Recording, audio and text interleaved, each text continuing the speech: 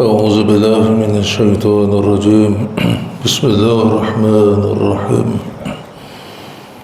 إلهنا أنت مقصودنا أرضاك مطلبنا أعطنا محبتك معرفتك اللهم صل على سيدنا محمد وعلى آله وصحبه وسلم اللهم صل على سيدنا محمد وعلى آله وصحبه وسلم اللهم صل على سيدنا محمد وعلى آله وصحبه وسلم الحمد لله رب العالمين وبه نستعين والصلاة والسلام على خير الأنام سيدنا محمد صلى الله عليه وسلم وعلى آله والقرابة والصحابة والتابعين تابعين لهم بإحسان إلى يوم الدين وقال رب اشرح لي صدري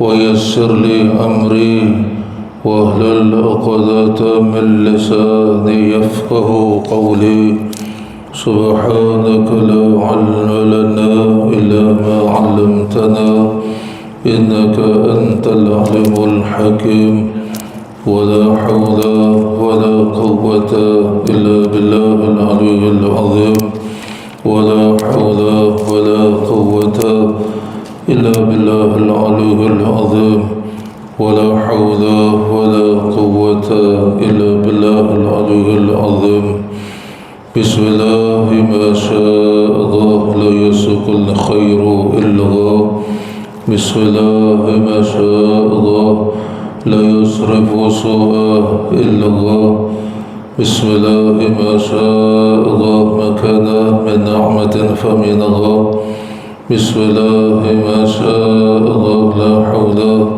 ولا قوة إلا بالله العلي العظيم أما بعد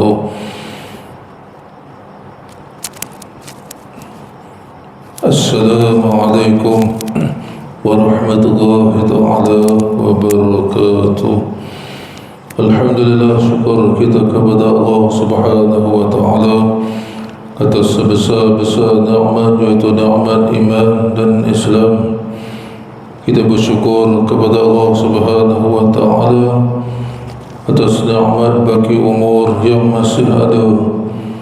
Kita bersyukur tidak terhingga kepada Allah Subhanahu wa taala atas nikmat lapang masa dan sehat tubuh badan yang Allah kurniakan pada kita sebagai modal untuk kita berniaga, berjual beli dengan Allah Subhanahu wa taala, mengumpulkan seberapa banyak bekal amal ibadah ketakwaan kepada Allah Subhanahu wa taala sebelum kita dijemput oleh Allah, sebelum kita diambil, dicabut nyawa kita oleh Allah Subhanahu wa taala pada satu ketika nanti.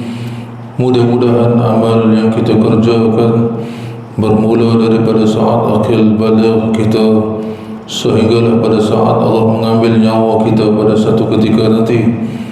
Mudah-mudahan segala amal yang kita kerjakan dinilai, dikira di sisi Allah Subhanahu wa taala sebagai amal yang baik, amal yang saleh, amal yang bermanfaat di dunia maupun di akhirat. Amin ya Allah, amin ya Rabbal Alamin. Waqala al-musannif rahimahullah ta'ala, telah berkata pengarang kitab Penawar Pagi Hati, yaitu Syekh Abdul Qadir bin Abdul Muttalib Al-Mandili rahimahullah ta'ala wa nafa'ana Allah bi'ulumihi. Mudah-mudahan Allah memberi manfaat akan beliau yang mengarang kitab dan lebih-lebih lagi manfaat untuk kita yang belajar mentalaah akan ilmunya. Mudah-mudahan manfaat fidarain, manfaat di dunia maupun di akhirat. Amin ya Allah, amin ya Rabbal Alamin.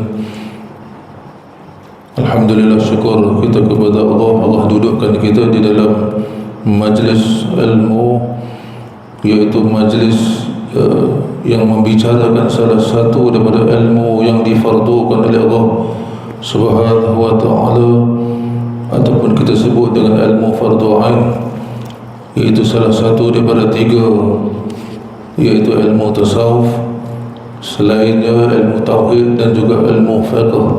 Dan Allah wajibkan kita untuk belajar, lelaki dan perempuan yang mukallaf, menuntut ilmu fardu ain ni. Allah minta banyak, melainkan 3 ilmu ni. Walaupun seandainya kita melazimi kehidupan kita sehingga ke akhir hayat kita belajar 3 ilmu ni sahaja, maka sudah dikira oleh Allah Subhanahu wa ta'ala menunaikan perintah. Walaupun dalam keadaan dia tidak habis belajar, ataupun tidak faham sikit-sikit, ataupun faham separuh saja sampai ke mati, maka ditulis oleh Allah Subhanahu wa ta'ala sebagai orang yang menunaikan perintah. Sebab belajar ilmu fardu ain ini perintah Allah. Dan sebab kita nak, sebab amal fardu ain ataupun ilmu fardu ain ini memang kita nak buat sepanjang kehidupan kita, daripada bangun tidur sehinggalah tidur balik. Maka sebab itulah ilmu fardu ain akan sedaya upaya dihalang oleh syaitan untuk kita belajar. Dia suruh kita beribadah, buat amal dalam keadaan jahil daripada ilmu fardu ain. Dia suruh kita belajar ilmu-ilmu yang lain daripada ilmu fardu ain. Tapi kalau kita nak belajar ilmu fardu ain, dia akan sedaya upaya menghalang kita untuk belajar. Maka orang-orang yang boleh duduk istiqamah belajar ilmu fardu ain ni, syaitan tak boleh nak kuasai. Dan berbanding mereka yang lari daripada ilmu majlis ilmu fardu ain. Baik, kita sudah pun sampai ke penghujung kitab, iaitu salah satu sifat yang sifat mahmudah ataupun sifat yang terpuji yang terakhir ke-10, iaitu zikrul maut. Bab yang ke-10 pada menyatakan ingat akan mati, ataupun kita sebut zikrul maut. Kita dah baca sikit, kita sampai kepada perenggan yang terakhir. Dan ketahui olehmu bahawasanya pendek angan-angan itu kelakuan yang dipuji. Kusur apa tu? Rumi.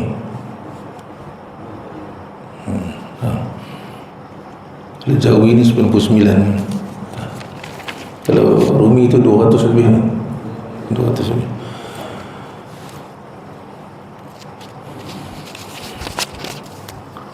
Baik, pengarang kitab nak kata kepada kita bahawanya pendek angan-angan lawan kepada panjang angan-angan.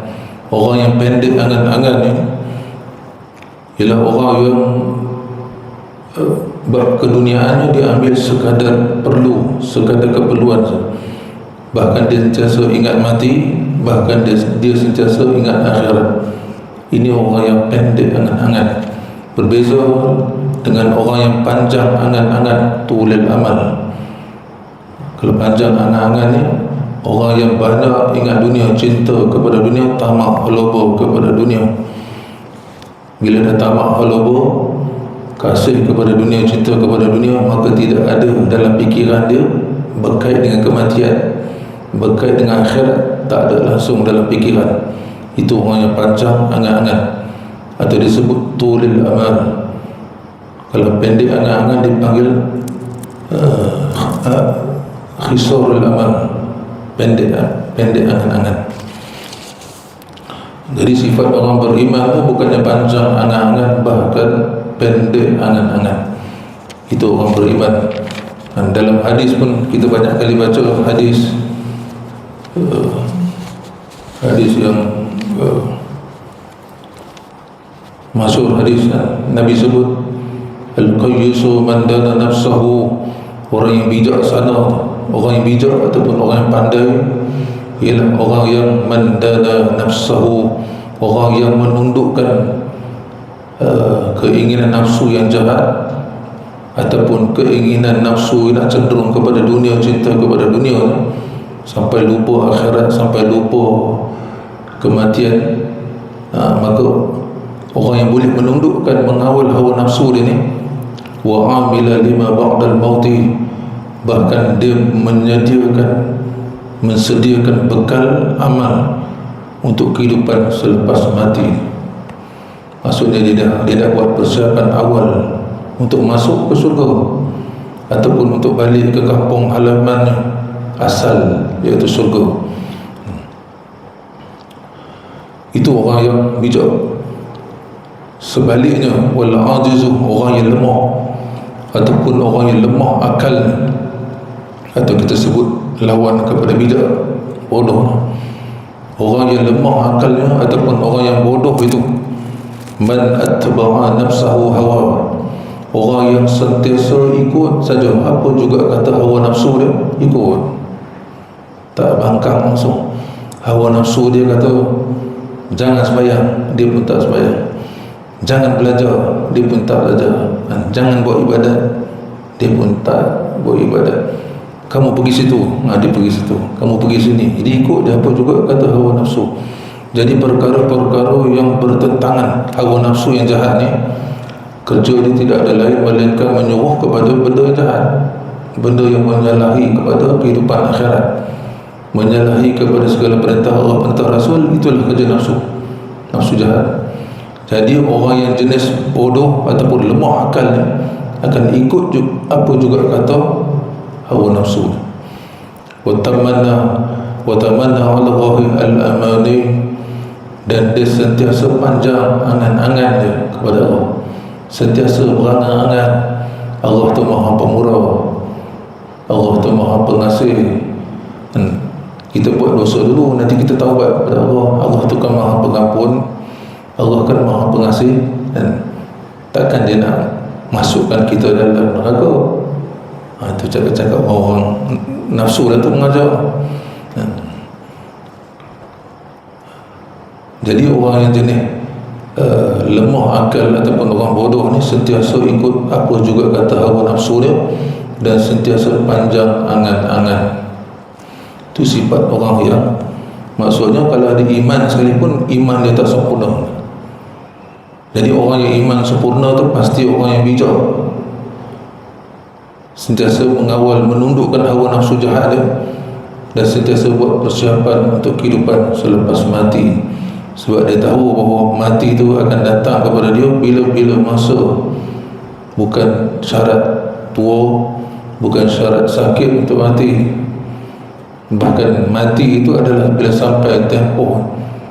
Idza jaa ajaluhum, kata Allah, apabila sampai tempoh. Ajal itu tempoh, bukan mati. Kita orang Melayu faham ajal tu mati, maut tu mati. Mati, bahasa Melayu kita mati, bahasa Arab maut. Ajal tu tempoh. Idza jaa ajaluhum, apabila sampai tempoh mereka itu, maksudnya tempoh mati itu. Wala yastakhiruna sa'atan, mereka tidak dapat melambatkan walaupun satu saat. Wala yastaqdimuna, dan mereka juga tidak boleh mencepatkan walaupun satu saat, melainkan tepat pada masa, tepat pada masa, tepat pada ketika. Dalam riwayat sebut di langit yang ketujuh ada satu pokok dipanggil Sidratul Muntaha. Sidratul Muntaha di langit yang ketujuh merupakan stesen. Maksudnya makhluk-makhluk yang berada di atas daripada langit ketujuh, kalau diturun pun sampai pokok tu dia akan patah balik. Begitu juga makhluk yang di bawah, malaikat yang berada di bawah daripada langit ketujuh, dia akan naik sampai ke situ. Jadi sidrah ataupun pokok muntaha ni, dia ada daun. Di setiap daun tu tertulis nama makhluk Allah, namanya, ajalnya bila, rezekinya banyak mana, dan sebagainya. Jadi malaikat maut dalam riwayat tersebut, dia pun tak tahu bila dia akan ambil nyawa seseorang tu, dalam keadaan macam mana, di mana waktunya, waktunya ataupun bagaimana dia nak ambil nyawa tu, dia tak tahu. Melainkan apabila jatuhnya daun tu, maka baru malaikat maut akan tahu sebulan dan sebulan ni dia akan ambil nyawa 40 hari ni. Bila jatuh je daun tu, 40 hari daripada jatuh daun tu, dia akan diambil nyawa. Di mana, dalam keadaan apa, semua tertulis di situ lah. Jadi kata para ulama, antara isyarat ataupun hint ataupun tanda-tanda jatuhnya daun, kebiasaannya akan berdesing telinga di sebelah kiri biasa. Sama ada daun kita yang jatuh 40 hari daripada kita berdesing tu, ataupun daun orang lain yang jatuh bergeser berlaga dengan daun kita, pun kita akan berdesing telinga. Jadi tugas kita buat persiapan, sama ada tepat ke tak tepat ke, itu tugas kita. Wa amila lima ba'dal mauti, membuat persiapan untuk kehidupan selepas mati. Itu tugas kita. Okay. Jadi orang beriman itu sifatnya pendek angan-angan, buang cinta kepada dunia, ambil sekadar keperluan. Jadi harta yang kita kumpulkan dengan niat keperluan, maka kata para ulama tidak akan dihisap oleh Allah, melainkan harta yang lebih-lebih daripada keperluan. Kita simpan dalam bentuk tanah, dalam bentuk duit dan sebagainya, lebih daripada keperluan, kita tak perlu pun, itu akan dihisap oleh Allah satu persatu. Melainkan kita simpan harta duit untuk keperluan kita, untuk kecemasan kita, insya-Allah tidak akan dihisap oleh Allah.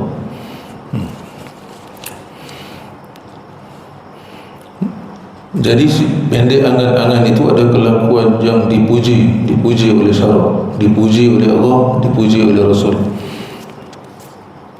Jadi sifat yang berlawan ataupun kita sebut sebagai panjang angan-angan tu, bila sifat pendek angan-angan itu dipuji oleh Allah dan Rasul, maka sifatnya sebaliknya, sifat panjang angan-angan tu dilaknat, dicela, dikeji oleh Allah dan Rasul. Kerana adalah ia sifat pendek angan-angan itu sebab bagi bersedia bagi barang yang kemudian daripada mati. Jadi mereka yang bersifat dengan sifat pendek angan-angan, sifat pendek angan-angan tu dah jadi jiwa dia, dah jadi lintasan fikiran dia, maka orang macam ni boleh jadi, kata apa, dia sentiasa akan kehidupan dia tu sentiasa ingat akan mati, ingat akan akhirat, maka dia akan bersiap sedia untuk menghadapi mati. Bukan tunggu mati, tapi bersiap sedia menunggu mati, bukan tunggu mati.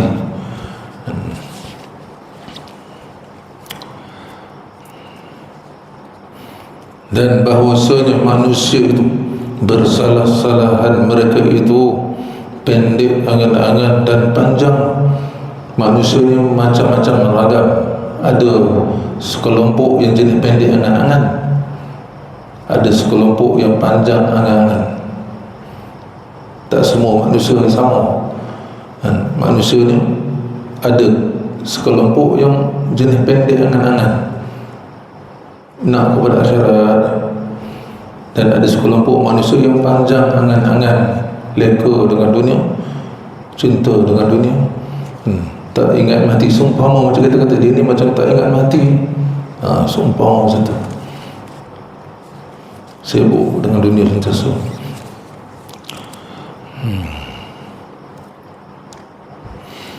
Setengah mereka itu ada di kalangan sekelompok manusia tu mencita-cita ataupun berangan-angan ia akan panjang umurnya 1000 tahun.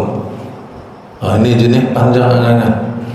Sekelompok manusia mencita-cita, maksudnya berangan-angan. Bila kita sebut angan-angan, benda yang tak mungkin berlaku, mustahil akan berlaku. Tapi itulah sifat orang yang bersifat dengan panjang angan-angan. Dia bersifat dengan benda, dia berfikir benda-benda yang mustahil. Sebab ditipu, hidup-hidup ditipu oleh nafsu jahat, hidup-hidup ditipu oleh syaitan. Kita boleh sebut orang yang jenis panjang angan-angan orang jahil. Sebab tu syaitan dia suka Dia menjahil, dia suka menjahilkan kita, dia akan halang kita belajar ilmu fardu ain. Sebab orang yang jahil ilmu fardu ain ni saja dia boleh tipu, dia boleh cucuk hidung seperti mana kita cucuk hidung lembu, dia boleh tarik ke kiri, ke kanan, ke depan, belakang, ikut suka hati.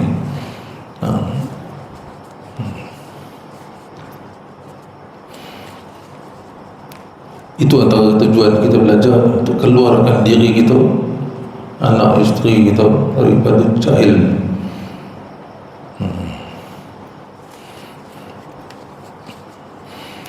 Jadi ada kelompok manusia, ada kalanya yang jenis panjang angan-angan ni, dia nak kalau boleh dia hidup 1000 tahun lagi, 1000 tahun umur dia, macam umat terdahulu, macam zaman Nabi Nuh kan, umur Nabi Nuh 1000 tahun lebih kan?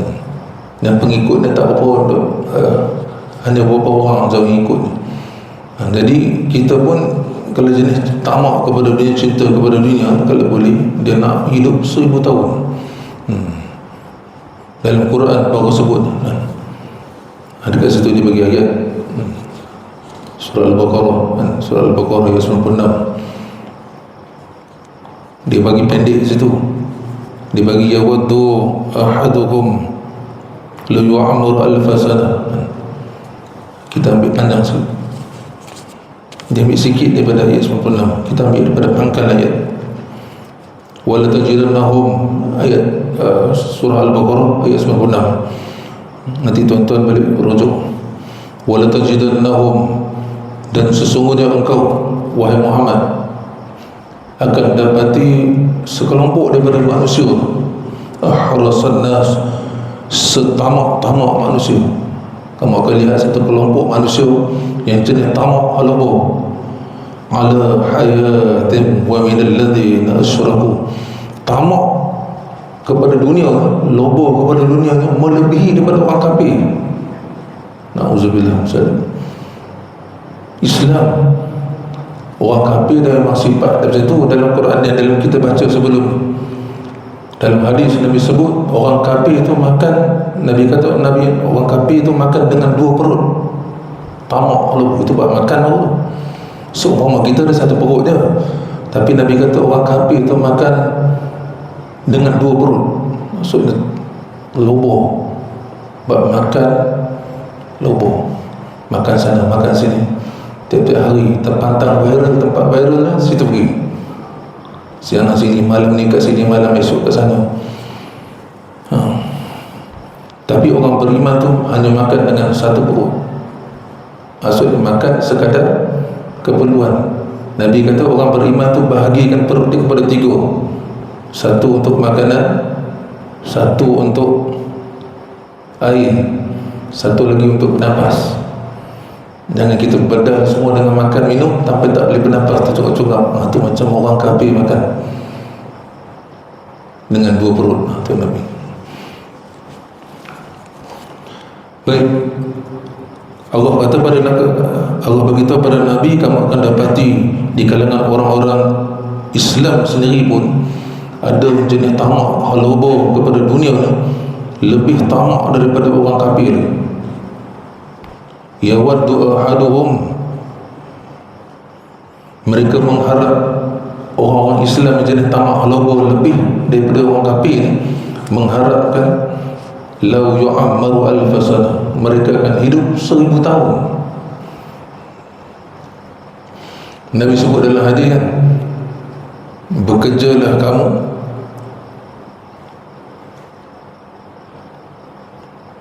hidup,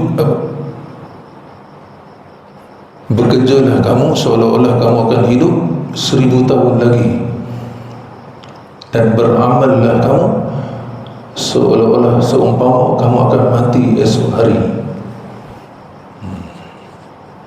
Dalam bab beramal kepada akhirat, Nabi sebut seolah-olah kamu akan mati besok hari. Maksudnya bersungguh-sungguh, sebab kita tidak tahu bila masa Allah akan ambil nyawa.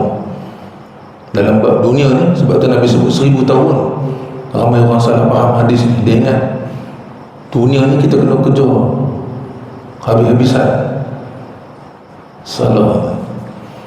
Nabi isyarat di situ, bekerjalah kamu walaupun seolah-olah kamu akan hidup 1000 tahun lagi, bermakna pelan-pelan, kadar-kadar, ikut kemampuan kamu. Ada masa kamu berehat, ada masa kamu bekerja. Yang patut kamu tumpu di sini, beramallah kamu seolah-olah kamu akan mati besok hari. Ini yang di-highlight oleh Nabi. Maksudnya kehidupan akhirat itulah kita kena bersungguh-sungguh. Kehidupan dunia itu panjang, jadi kita ambil sekadar-kadar.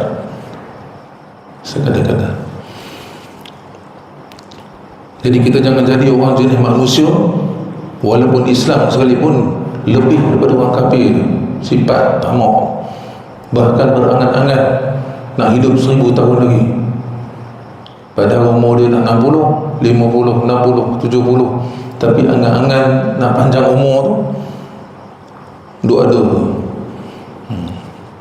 Lepas tu sifat ataupun hakikat umur tu makin bertambah, bukan makin panjang, makin pendek. Hakikat umur tu pendek, makin bertambah, makin pendek, makin bertambah, makin pendek. Itu sifat umur. Salah yang faham makin bertambah umur, dia rasa panjang lagi. Salah.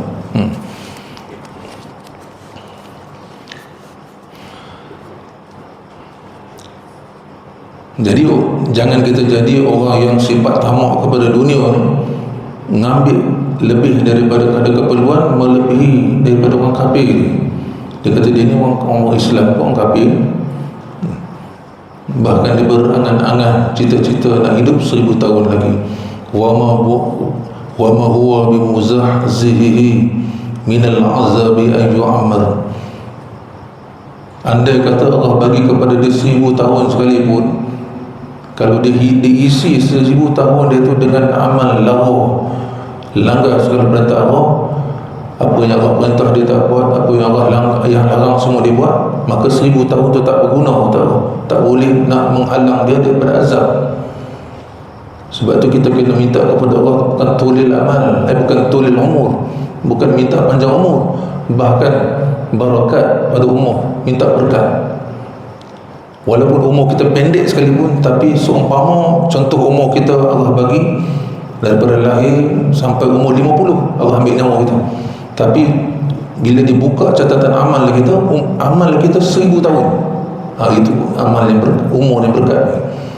Amal kita itu seumpama kita hidup 1000 tahun.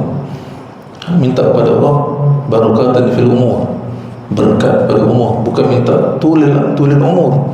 Ya Allah panjangkan, macam contoh kita doa pada raja, ya Allah lanjutkan usia tuanku. Itu semua raja-raja tua-tua lanjut usia, tak payah lanjut, minta berkat umur sepatutnya lah.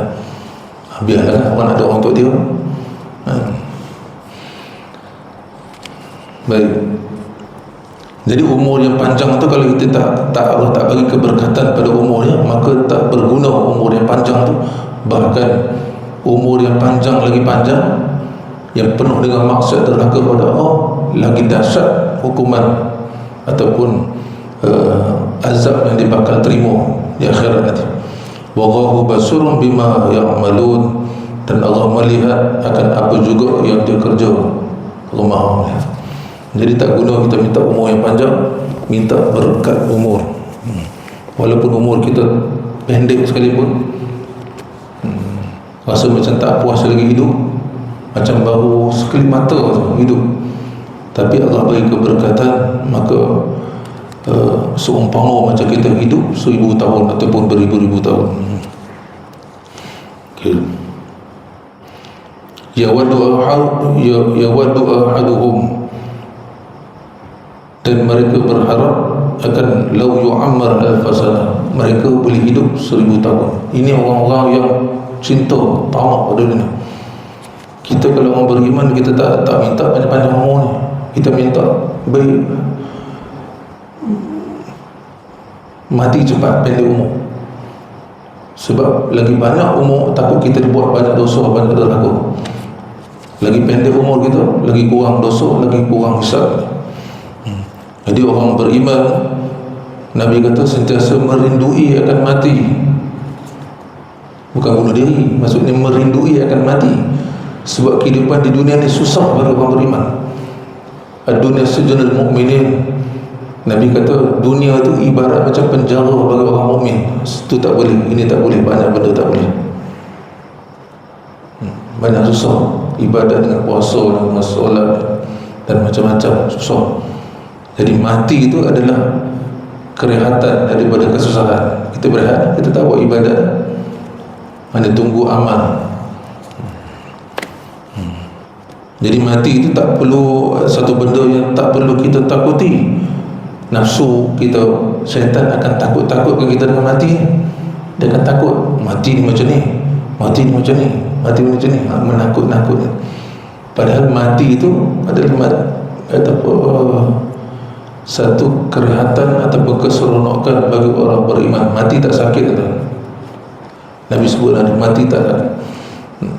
Apabila sampai masa ni, kalau orang beriman kepada Allah, seumpama dicabut nyawanya, seumpama seorang yang dahaga sangat dibagi air sejuk pada dia, dia minum dalam keadaan lega.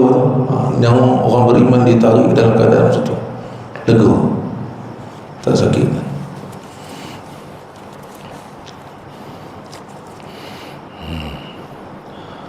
Baik, artinya mencita-cita ataupun berangan seorang daripada mereka itu orang-orang Islam yang jenis tamak halwa pada dunia, bahawa dipanjangkan umurnya 1000 tahun. Jangan ada sifat, jangan ada dalam fikiran kita, jangan fikir nak panjang umur. Jangan minta panjang, minta berkat umur. Tapi andai kata kita nak minta mati pun, Nabi ajar cara kita berdoa untuk minta mati ni. Nabi kata, andai kata mati itu baik untuk diriku dan juga sisi kau, maka kau matilah. Sekiranya hidup aku terlebih baik untuk diriku dan juga pada sisi kau, maka hiduplah aku. Itu minta doa. Jangan minta mati macam orang putus asa tu. Itu tak disuruh.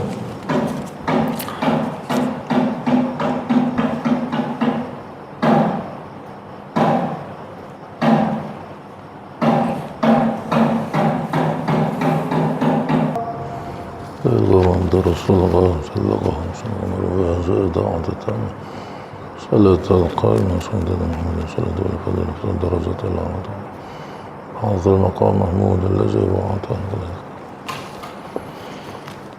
Baik, dia cuba habiskan.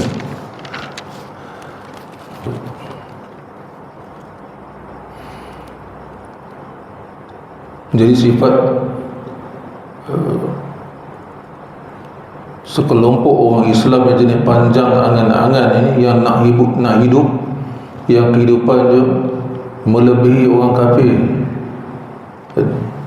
Kehidupan itu tamak halaba kepada dunia, bahkan berangan-angan, bercita-cita untuk hidup 1000 tahun lagi. Ini bukan sifat orang beriman yang sempurna iman. Jadi kita nak masuk dengan kategori orang beriman yang sempurna iman. Yang mana? Yang jenis orang yang pendek angan-angan. Itu nak sebut.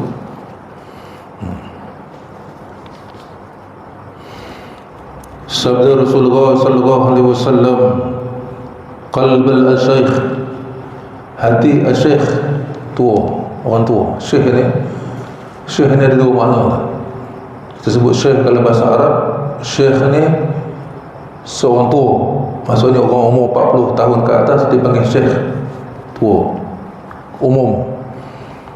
Ada satu lagi syekh, orang alim. Orang alim ni tak kira umur, walaupun dia muda lagi pun, tapi dia alim, dia disebut syekh. Itu syekh. Syekh tu syekh sebulan dan sebagainya. Tapi umum syekh ni untuk orang tua yang umur 40 tahun ke atas. Jadi dalam hadis ini Nabi nak sebut al-qalbu syekh, maksudnya hati.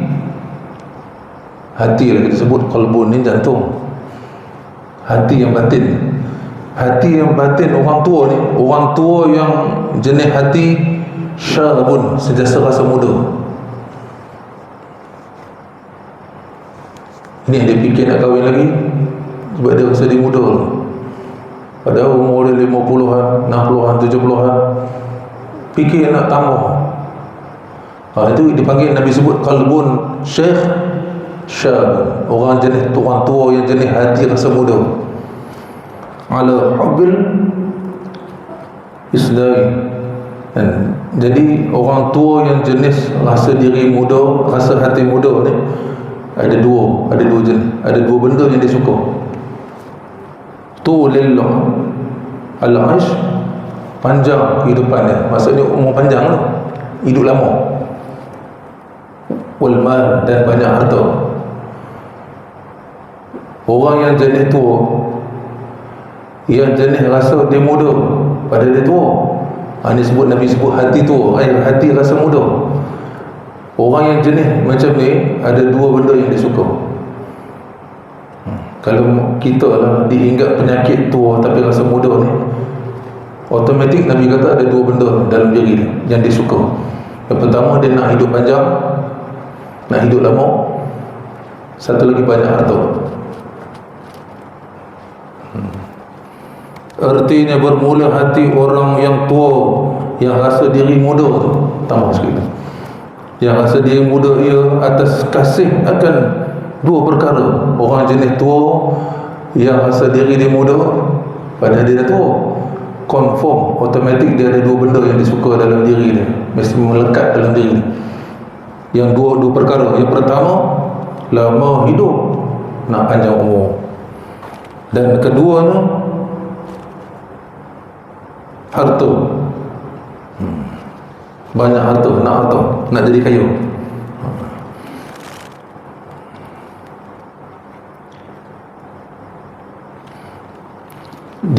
Dikendaki pada masa mudanya.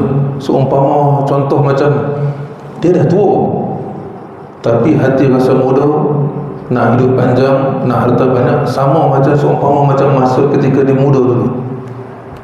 Tapi muda tak kaya-kaya juga. Walaupun waktu mudanya, waktu bekerja, berusaha, tak kaya-kaya juga. Tapi bila sampai tua, dia masih sifat muda tu masih di bawah. Jadi orang yang jenis macam ni lah sifat jadi tamak halabah, tak boleh berpisah pada dia. Patut-patutnya Nabi sebut macam ni. Maksudnya orang tua tak sepatutnya jadi rasa muda. Orang tua cara orang tua, umur tua kan Nabi kata, umur umatku baina siti wa sab'ah, umur umatku antara 60 70. Amat jarang, sedikit Nabi kata, amat sedikit di kalangan umatku yang melebihi daripada 70, amat sedikit. Jadi umur-umur contoh macam 60 ke atas, inilah waktu-waktu untuk kita tambah amal lah.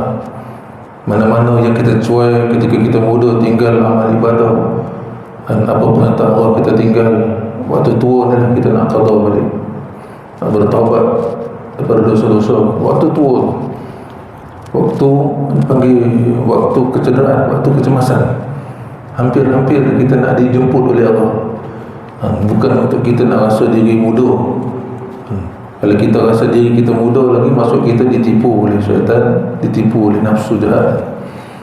Sebab dia nak larikan kita daripada matlamat utama. Apa kerja yang patut kita buat? Dia nak larikan. Jadi tak sepatutnya orang beriman bersifat, apatah lagi orang tua yang beriman, jangan bersifat rasa diri muda padahal dia dah tua. Sebab seorang yang bersifat, seorang tua yang rasa diri dia muda ni, pasti akan melekat dalam diri dia tu nak panjang umur. Seumpama macam tadi Allah sebut dalam Quran, nak 1000 tahun, nak hidup 1000 tahun. Lepas tu nak banyak harta, nak kaya. Ini bukan sifat orang beriman. Okay.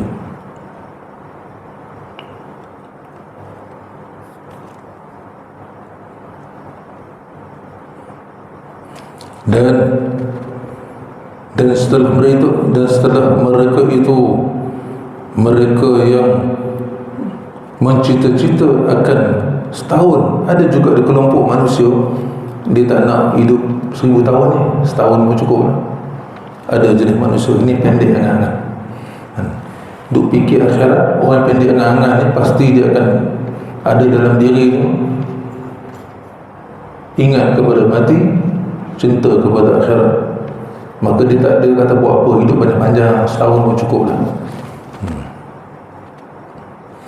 Dan setengah daripada mereka itu yang mencita-cita 6 bulan, dia lagi sikit, 6 bulan cukup lah. Dan setengah mereka itu mereka yang mencita-cita sehari semalam, sehari semalam pun cukup lah. Yang penting amal aku Allah terima, aku mati dalam keadaan beriman pada Allah, mati dalam keadaan iman yang sempurna, cukup bagi aku, sehari semalam pada cukup. Diceritakan ada satu kisah daripada Muaz bin Jabal radhiyallahu anhu, daripada sahabat Nabi Muaz bin Jabal radhiyallahu anhu.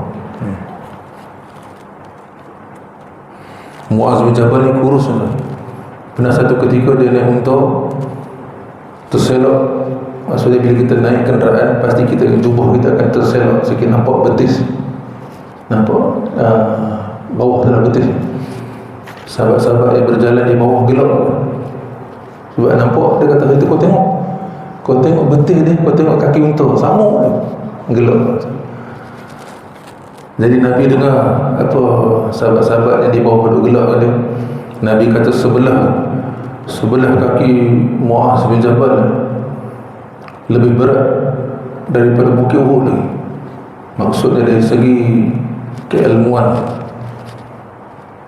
amal dia, keilmuan dia lebih berat daripada sebelah kaki pun Bukit Uhud. Jadi para sahabat pun diam.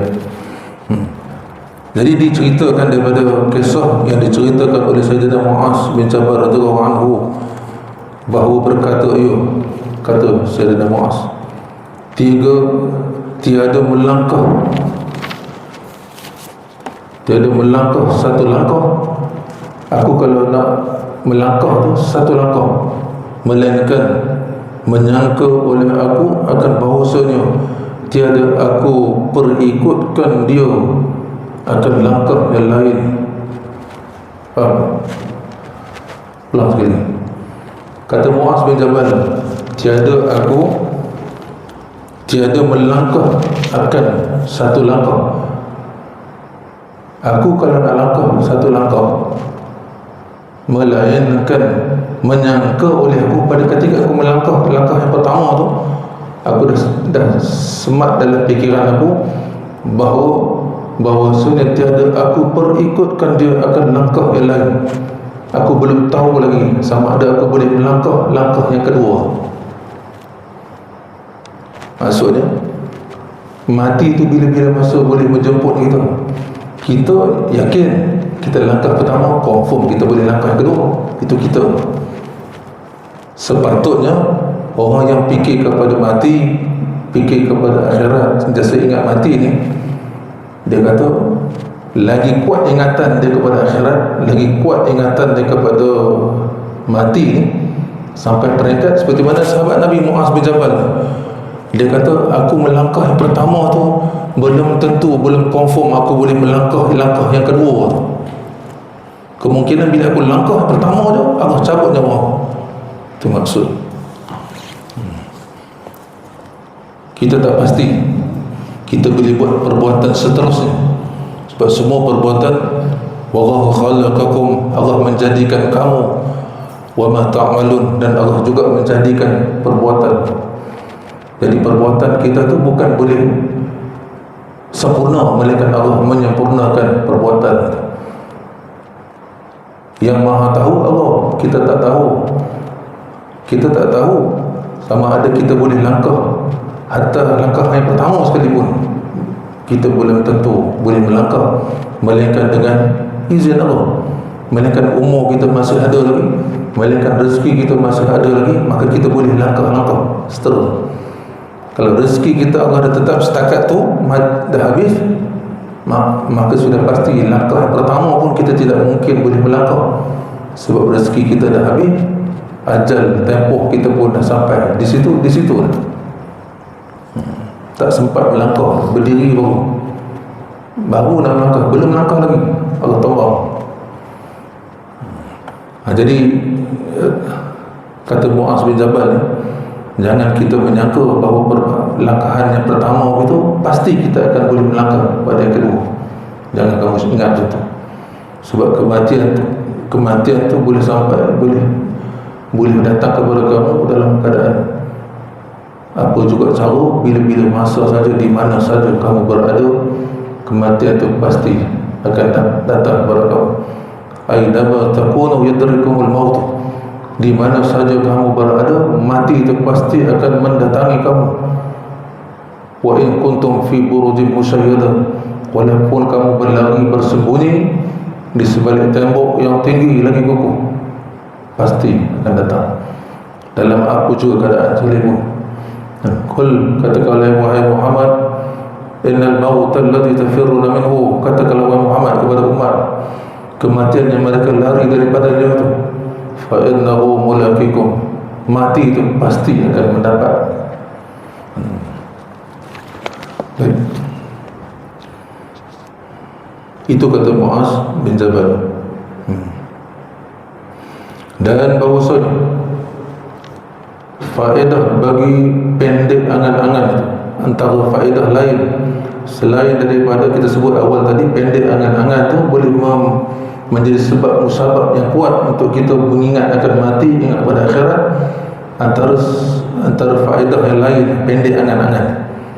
Bila sebut pendek angan-angan, maksudnya orang yang ambil dunia sekadar keperluan, dan fikiran dia, jiwa kehidupan dia hanya tumpu kepada ingat kepada mati, ingat kepada buat persiapan untuk kehidupan di akhirat. Itu orang pendek angan-angan. Ini sifat orang beriman yang sempurna. Kita jangan jadi, kita baca ayat Quran tadi, surah Al-Baqarah ayat 96, jangan jadi orang beriman yang tamak halaba kepada dunia tu. Tuan-tuan boleh rujuk balik Al-Baqarah 96. Nabi kata, Allah kata pada Nabi, jangan kamu boleh melihat satu sekelompok orang Islam di kalangan umat engkau yang tersifat tamak halaba dan melebihi orang kafir. Melebihi orang kafir, Allah sebut dalam Quran. Yang bukan sekadar kehidupan dia, seperti lebih pada orang kafir ni. Bahkan dia bercita-cita untuk hidup 1000 tahun, nak umur panjang. Itu Islam beriman, tapi iman tak sempurna. Kita nak jadi orang yang beriman yang sempurna, yang pendek angan-angan, bukan orang yang panjang angan. Okay.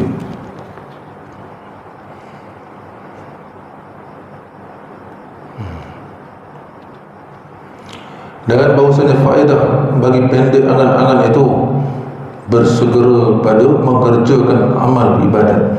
Jadi orang yang sentiasa kehidupannya pendek angan-angan, tidak ada sifat tamak halaba kepada dunia, bahkan dia mencita-cita untuk kehidupan yang bahagia, selesa di akhirat, maka dia, orang jenis macam ni, pasti dia akan memperbanyakkan amal.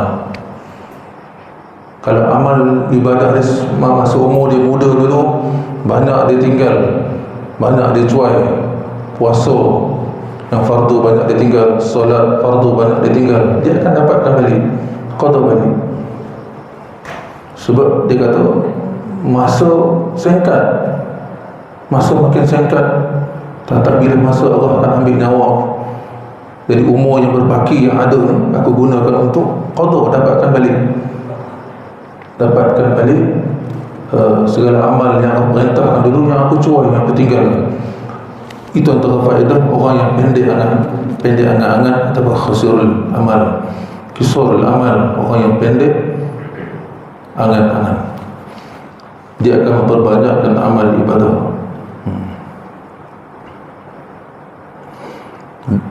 Dan bahawasanya alamat ataupun tanda-tanda bagi orang yang mendapat petunjuk bahawa tiada lalai ia daripada mati, maka bersedia ia pada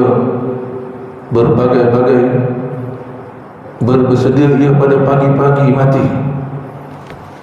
Antara tanda ataupun alamat-alamat orang yang buat, orang sentiasa, kita sebut dalam hadis tadi, al-qayyisu man dana nafsahu, orang yang bijaksana, orang yang bijak tu, orang yang pendek angan-angan, orang beriman yang sempurna. Nabi sebut sebagai al-qayyis, orang yang bijak, man dana nafsahu. Kalau kita nak tahu kita kategori orang bijak ataupun orang bodoh daripada hadis ini.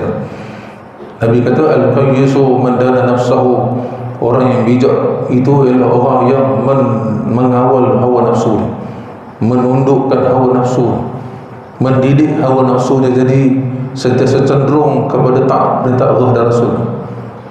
Itu orang bijak. Wa amila lima ba'dal mauti, dan dia sentiasa membuat persiapan untuk kehidupan selepas mati.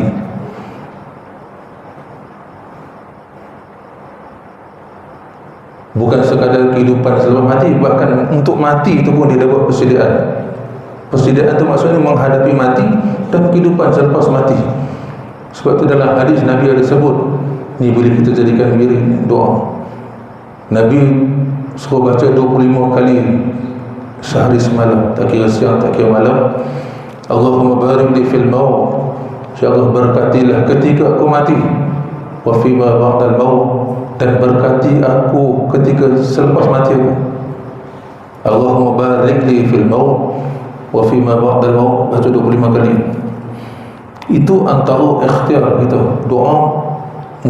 Doa juga dikatakan ikhtiar, bukan sekadar amal zahir pergerakan badan, bahkan doa kita, wirid kita pun antara cara untuk kita nak mati dalam keadaan dalam redha Allah. Begitu juga selepas mati kita pun dalam redha Allah. Allahumma barik li fil maut wa fima ba'dal maut, baca 25 kali. Jadi antara orang yang pendek angan-angan dia, yang sentiasa buat persiapan untuk menghadapi mati dan kehidupan selepas mati dia, antara tanda-tanda ataupun alamat-alamat dia, iaitu tiada lalai ia daripada mati, maka bersedia ia pada pagi-pagi lagi. Daripada pagi lagi dia dah buat persiapan untuk menghadapi mati, sebab dia tak tahu kemungkinan selepas pagi tu Allah akan ambil nyawa. Jadi dia sentiasa buat persiapan dengan taubat, istighfar dan sebagainya, qada, solat dan sebagainya. Dia rasa mungkin pagi itu saja ada kesempatan, tak sampai kepada tengah hari ataupun petang. Dengan taubat, macam buat persiapan dengan taubat dan amal yang baik, maka jika hidup ia sampai petang, andai kata pagi itu dia tak mati lagi, hidup dia sampai ke petang, Allah panjangkan nyawa dia sampai ke petang, maka segera maka syukur ia akan Allah Ta'ala, maka bersyukur ia kepada Allah. Sebab bagi lagi tempoh lagi, boleh lagi dia buat lagi amal, boleh lagi dia qada solat dan qada puasa dia, boleh lagi dia bertaubat pada Allah, istighfar dan sebagainya. Syukur kepada Allah. Tanda syukur, bila sebab kita syukur tu maksudnya buat amal, bukan syukur ya di mulut alhamdulillah, tapi kena disertai dengan jawarih perbuatan kita, buat qada puasa, qada solat dan sebagainya, istighfar, taubat dan sebagainya. Jadi daripada pagi lagi dia dah buat persiapan. Ini tanda-tanda orang yang pendek angan-angan, orang yang biasa ingat mati, buat persiapan untuk hidup, untuk mati dia dan kehidupan selepas mati. Hidup dia waktu pagi, bertaubat kepada Allah, istighfar dan sebagainya, qada dan sebagainya. Sebab dia tak yakin dia boleh hidup lagi selepas. Tapi andai kata Allah hidupkan, panjangkan nyawa dia sampai ke petang lagi, maka dia bersyukur kepada Allah, maka dia boleh lagi baki-baki yang mana dia tertinggal, dia nak qada lagi, ataupun dia nak banyak lagi dosa dia nak istighfar, taubat dan sebagainya. Syukur kepada Allah sebab dipanjangkan lagi usia, ada peluang lagi.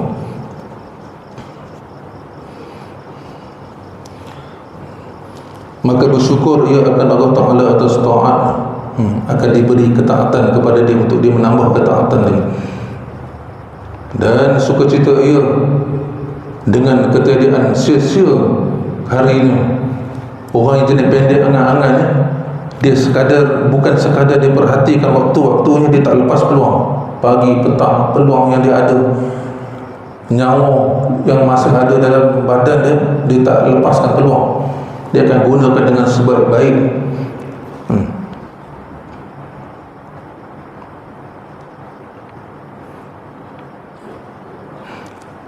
Kejadian sia-sia hari, dia tidak akan sia-siakan hari. Kemudian memulai ia bersedia pada petang hingga pagi. Kemudian pada petang pula buat persiapan pula, persiapan nak mati.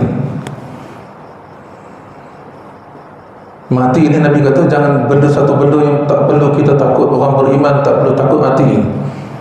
Hanya orang munafik dan orang kafir dia takut mati.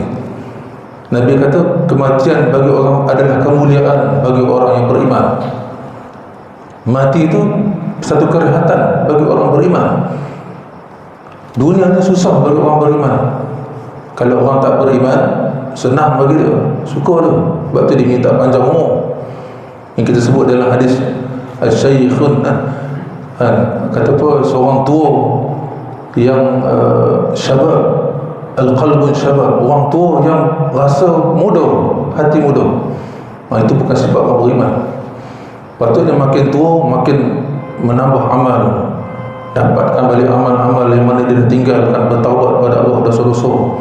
Kita muda-muda ni banyak buat dosa, banyak derhaka pada Allah. Kita bukan Nabi, kita bukan maksum, kita semua ada dosa.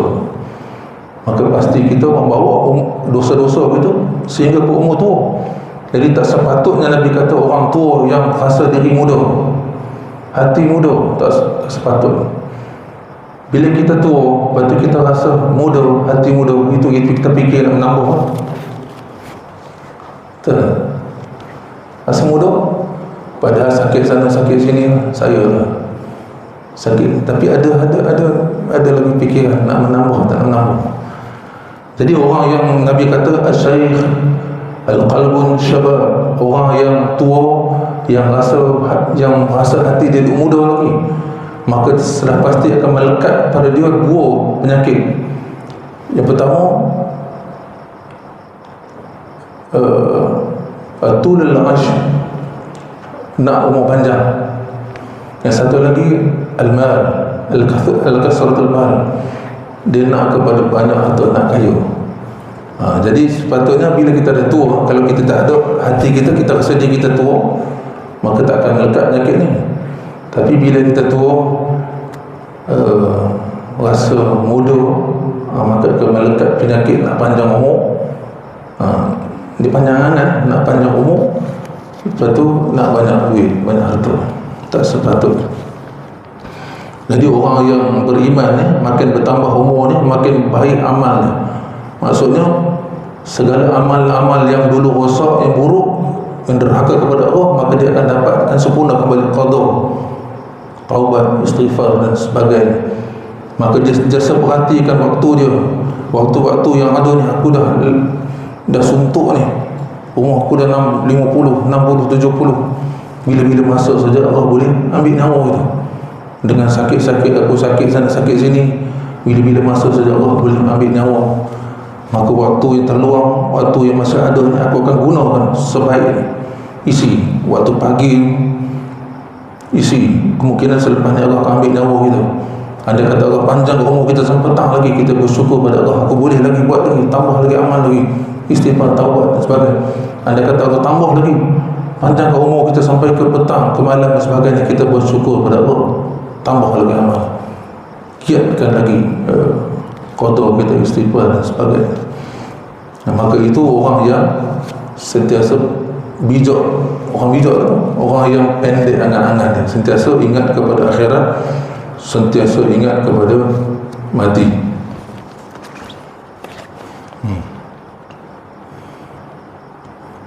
Kemudian memulai ia bersedia pada petang hingga ke pagi, maka syukur ia atas taatnya pada malam itu, dan sukacita ia dengan tiada kosong malamnya daripada amal yang soleh. Demikianlah tiap-tiap pagi pada petang, begitulah seterusnya. Pagi andai kata diberi nyawa lagi, masih Allah bagi kesempatan lagi, maka paginya pun macam tu, petangnya pun macam tu, sentiasa bersyukur pada Allah. Ditambah lagi umur, dia bagi kesempatan lagi untuk bertaubat, beramal ibadah dan sebagainya. Itu orang-orang yang beriman, yang sempurna, yang pendek angan-angan. Orang Islam, walaupun Islam sekalipun, beriman sekalipun, tapi jenis panjang angan-angan, maka itu bukan orang Islam yang beriman yang sempurna. Seperti mana Nabi sebut dalam surah Al-Baqarah, kita baca tadi itu, ada di kelompok di kalangan orang Islam yang tamak halawa kepada dunia lebih pada orang musyrik, lebih pada orang kafir. Itu Allah sebut dalam Quran. Dan mereka bercita-cita, berangan-angan untuk hidup 1000 tahun. Itu bukan orang Islam. Itu Islam tapi tak beriman yang sempurna. Ada iman tapi tak sempurna iman. Orang yang beriman sempurna itu sebaliknya. Sebalik, maksudnya mukhalafah, makna yang bersalahan daripada ayat tu. Orang beriman tu pasti bukan orang yang taat, pasti bukan orang yang tamak halawa kepada dunia. Dia ambil dunia sekadar keperluan.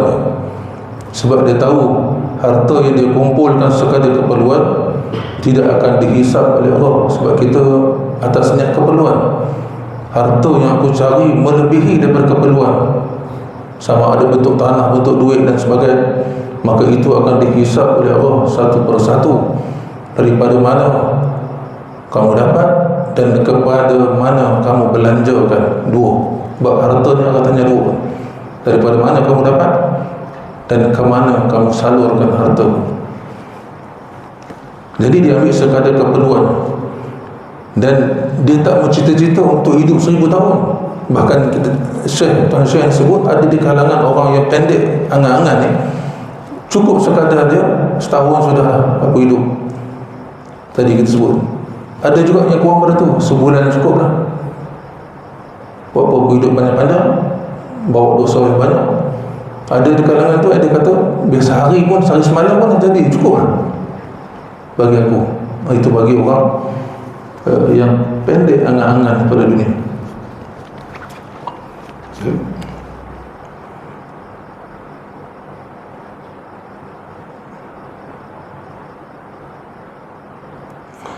Dan tidak mudah yang demikian itu. Tak mudah untuk kita nak jadi orang yang bersifat dengan pendek angan-angan, melainkan bagi mereka yang kosong hati. Maksud kosong hati ini, tak ada satu pun dalam hati itu kecintaan kepada dunia. Nabi sebut, aku sebut dalam Quran, aku tidak jadikan di dalam rongga manusia ni qalbain, dua hati. Andai kata kita cenderung kepada akhirat, maka kita akan pasti membelakang akhirat. Maksudnya kita akan tolak akhirat, tolak dunia. Andai kata kita menghadap kepada dunia, hati kita menghadap kepada dunia, pasti kita akan tolak akhirat. Ini maksud dia, kosongkan hati. Maksudnya kosongkan daripada yang lagi satu. Yang ada yang kita isi di dalam hati kita hanya akhirat. Maka bila dah terisi akhirat tu, maka automatik tak boleh masuk yang satu lagi, dunia tu tak boleh masuk. Maka sebab tu antara sebab Allah mewajibkan kita belajar dalam mutasawuf, wajib kita bersihkan hati, wajib kita kenal pasti penyakit hati, dan wajib kita tahu ubat dia, ubat untuk membersihkan hati, supaya kita boleh keluarkan sifat-sifat mazmumah, sifat-sifat keji yang ada dalam hati kita. Sebab selagi mana ada sifat keji dalam hati kita, maka sifat mahmudah, sifat terpuji itu tak boleh masuk. Sebab hati itu satu je, bekas dia satu. Jadi kita perlu kosongkan hati kita, bersihkan hati kita, buang penyakit-penyakit hati ni, karat-karat yang ada dalam hati ni, supaya boleh masuk sifat-sifat yang terpuji ni. Bila masuk sifat terpuji ni, otomatik benda-benda yang berkait dengan akhirat tu akan ikut turut masuk. Ini maksud dia. Maksud dia tak ada cara lain melainkan dengan mengosongkan hati daripada benda-benda dunia ataupun penyakit-penyakit hati. Kosong. Yang kita nak isi dalam tu sifat-sifat terpuji, hal-hal yang berkait dengan akhirat, hal-hal yang berkait dengan ingat mati. Tu yang kita termasuk. Jadi tidak mustahil ataupun mustahil untuk kita bersifat dengan sifat pendek umur, pendek angan-angan ataupun kisarul amal, ataupun disebut dengan pendek angan-angan, bukannya orang yang panjang angan-angan. Mustahil untuk kita dapat, melainkan dengan mengosongkan hatinya daripada perkara-perkara yang berkait dengan dunia, perkara-perkara yang berkait dengan penyakit-penyakit hati, kekotoran-kotoran hati itu. Kita penuhkan hati kita dengan sifat-sifat terpuji dan juga perkara-perkara berkait dengan akhirat, ingat kepada mati, banyakkan amal dan sebagainya. Yang itu kita nak isi. Dan saya pasti kita akan bersifat dengan sifat pendek angan-angan. Jadi melainkan bagi mereka yang kosongkan hatinya daripada hidup sampai apa tu?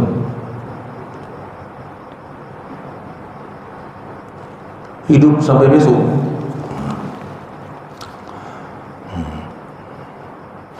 Maksudnya di sini jangan kita ada angan-angan untuk yakin bahawa kita boleh hidup sampai esok hari. Umpama macam Muaz bin Jabal, Sayyidina Muaz bin Jabal sebut tadi, aku bila melangkah dengan satu langkah yang pertama, aku tidak yakin aku boleh melangkah langkah yang kedua. Maksudnya kehidupan mati itu dekat gitu. Begitu juga di sini pun disebut antara cara untuk kita melatih diri kita untuk pendek angan-angan ni, jangan ada dalam fikiran kita, dalam hati kita bahawa kita boleh hidup esok hari. Kita boleh duduk di surau di malam ni, jangan kita yakin pasti sangat yang kita boleh hidup besok pagi. Ada yang malam ni dia hidup, kita boleh bersembang dengan minum kopi dengan dia dan sebagainya, bersembang, gelak ketawa. Dia balik ke rumah, dia tidur, besok itulah tidur dia yang terakhir. Besok pagi isteri dia gerak-gerak, tak ada nyawa. Jadi antara cara untuk kita melatih, disebut di hujung kitab, antara cara untuk kita melatih, untuk kita pikiran kita tumpu kepada kehidupan akhirat dan untuk kita jadi orang yang sentiasa buat persiapan untuk mati dan kehidupan selepas mati kita. Antara cara untuk kita melatih ialah jangan sangka ataupun jangan ada langsung dalam ingatan kita bahawa kita hidup di malam ini pasti kita akan hidup juga di pagi besok. Kena kosongkan daripada ada ingatan yang macam tu. Maka mati itu tua bagi orang beriman tu, tua. Bagi orang beriman ni mati ni satu kemuliaan Nabi sebut bagi orang beriman. Kita sebab takut mati ni, sebab kita ditakut-takutkan oleh syaitan. Nafsu jahat kita tu takut-takut kita, sebab kita ada cinta dunia ni, sebab tu kita tak mati tu. Sedangkan orang beriman tu sentiasa menanti-nantikan akan mati, merindui akan mati.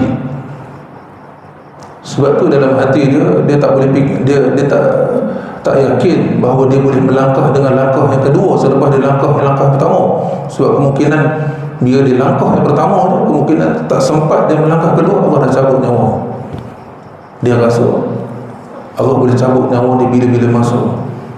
Begitu juga kita hidup di malam hari ni, jangan kamu sangka kamu boleh hidup besok pagi. Yakin dan pasti besok hidup lagi ni. Tak. Kalau kita yakin dan pasti bahawa kita boleh hidup lagi besok pagi, kita terkeluar daripada kategori orang yang pendek angan-angan. Kita masih duduk lagi dalam kategori panjang angan-angan, berangan-angan. Kita ni panjang umur, hidup 1000 tahun lagi.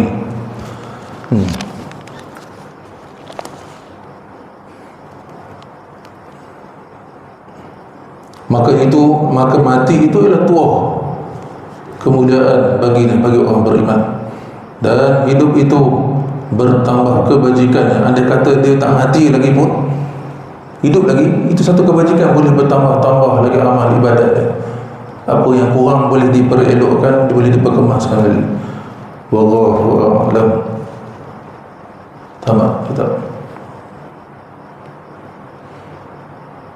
Dengan kepujian Allah Ta'ala, telah selesai hamba daripada menghimpunkan kitab. Ini kata pengarang. Kitab ini penawar bagi hati, pada tanggal 7 daripada bulan Rejab, 7 Rejab tahun 1378 Hijrah. Kalau sekarang 1447, berapa tahun? Betul? 69, 70, 69 tahun umur kitab daripada dia mula mengarang kitab.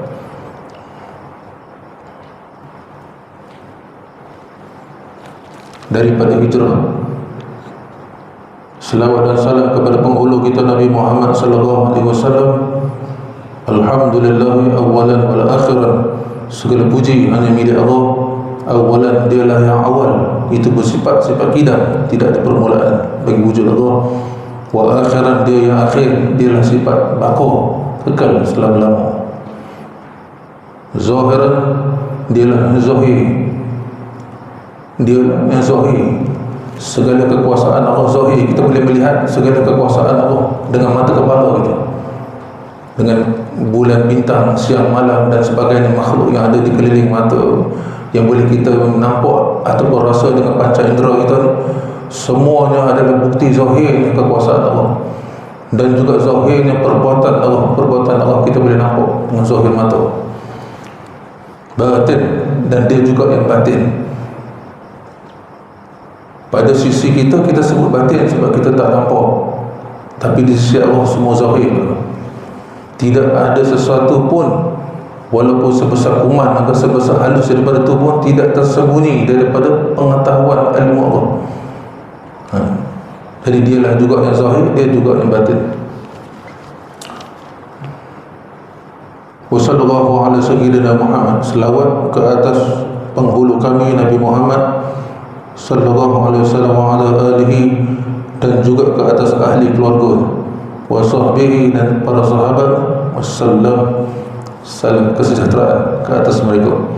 Subhanallah, maha suci Tuhan Rabbika, Tuhan kau, maha suci Tuhan kau, Rabbil Izzati, Tuhan yang mempunyai kemuliaan, azam, amma yasifun, berbanding apa yang mereka sifatkan akan Allah tu. Allah tu yang bersifat dengan sifat mustahil tu mustahil, dan Allah tak bersifat dengan sifat mustahil. Dan seperti mana yang disangka oleh orang munafik ke, orang fasik ke, ataupun orang kafir, mustahil tu. Maha suci Allah. Wassalamun ala al-mursalin, dan kesejahteraan ke atas para mursalin, para rasul-rasul.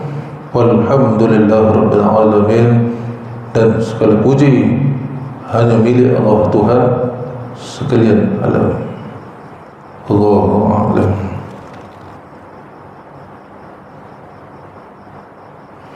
Saya catat tarikh ni tuan, kita mula baca kitab ni tahun 2022, bulan 10 2022, 4 tahun. Biasanya kitab penawar bagi hati kalau di madrasah dia wirid, kitab wirid, habis saya ulang balik. Kitab yang wajib, kitab lain dia tukar-tukar, tapi kitab asas macam ilmu tasawuf ini diulang-ulang. Wallahu a'lam. Mudah-mudahan apa yang kita belajar, kita mentelaah daripada awal kitab ni menjadi berkat, manfaat untuk kita, menjadi simpanan pahala untuk kita, untuk anak isteri kita, kerabat kita, jiran tetangga kita, Mudah-mudahan Allah mengampunkan segala dosa-dosa kita semua, sama ada dosa-dosa kecil ataupun dosa-dosa besar, sama ada kita sedar ataupun tidak kita sedar, sama ada kita sengaja ataupun tidak kita sengaja.